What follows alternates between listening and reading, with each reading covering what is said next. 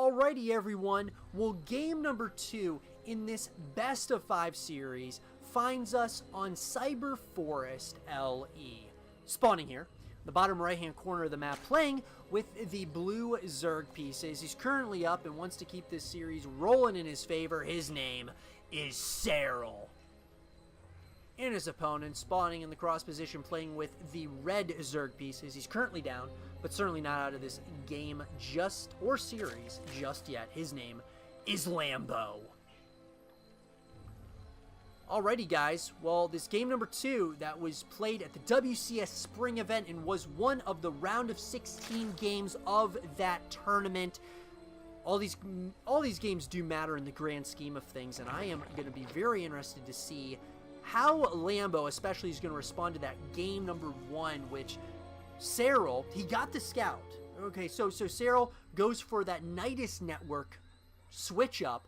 Lambo scouts it, cancels his 4th hatchery, but was almost too late at that point. Serral just overwhelmed his opponent on the opposite side of the map and just kind of was able to take over that first game. Now the question is Lambo, what's he going to do in this game to try to even up the score? Well, it looks like we're going to see a hatch gas pool opener out of both players. You can see at the top left-hand corner of the production tab.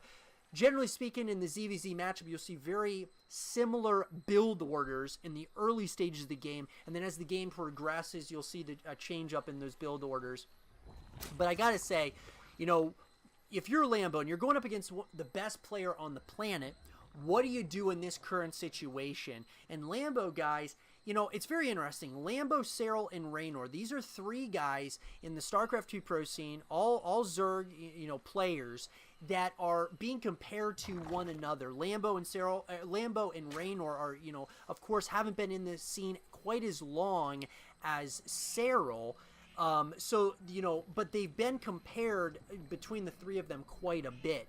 And so you know, I'm kind of wondering here, what exactly are these 2 players, Lambo and Raynor, are they going to be kind of the next Serrals? I guess that's like the big question that I've been kind of wondering at this point, simply because they kind of have similar styles and they played against each other so many times. They know what works, what doesn't work. It'll be very interesting, to say the least, to see what these guys tend to or decide to do as time goes on.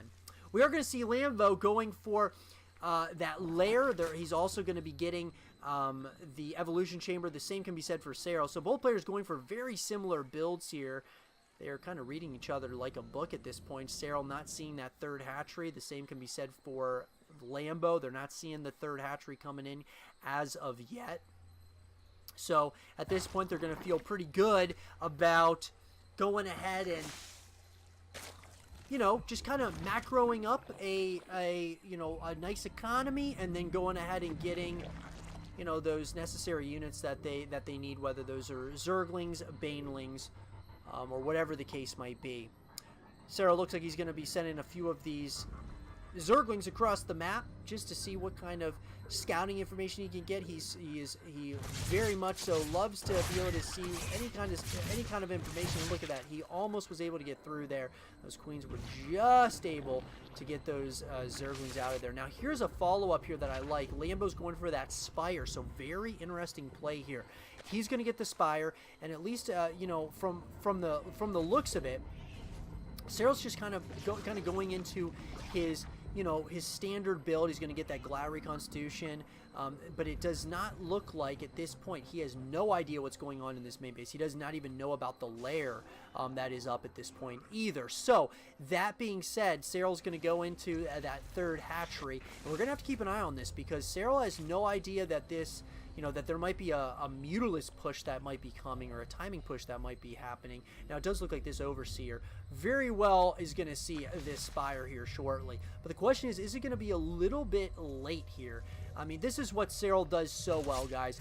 He just is so good at the scouting information, sees exactly what's going on, and he is going to probably drop a few of those spores here very shortly. 3rd hatchery is not being canceled. It looks like he is feeling very confident, at least for the time being.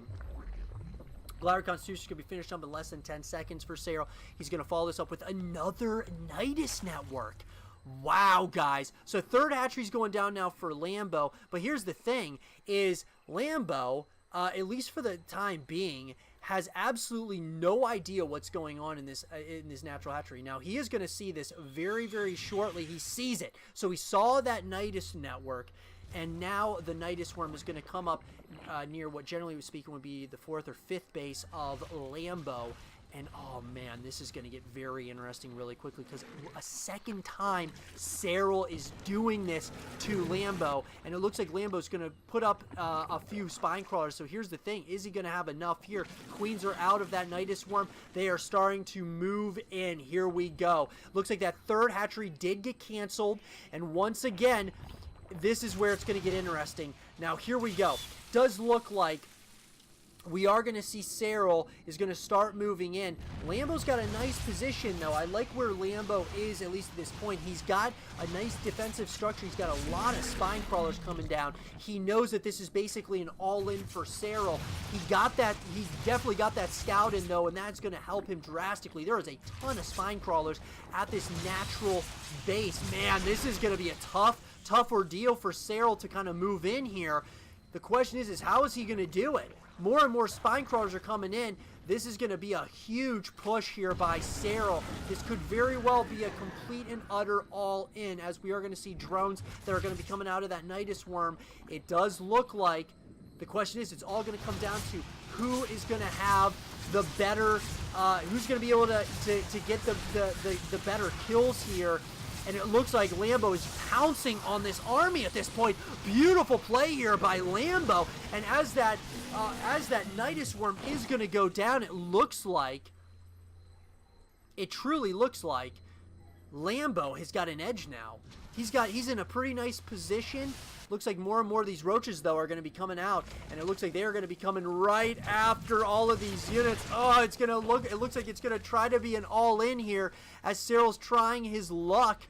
Nidus worm's going to be coming into the main base location. It looks like this Nidus network is going to be taken down. Those Mutalisks are going to begin flying back home.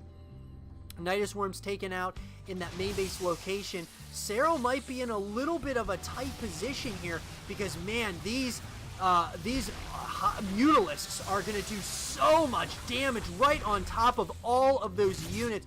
Beautiful play here so far by Lambo. Now the question is he overextending here? He's going to get at least one queen, possibly a couple more. GG is called, and Lambo evens up the score. I hope you guys did enjoy this game between Lambo and Serral, and if you guys did, leave a thumbs up, subscribe if you need to stay positive, and I'll see you guys all in game number 3.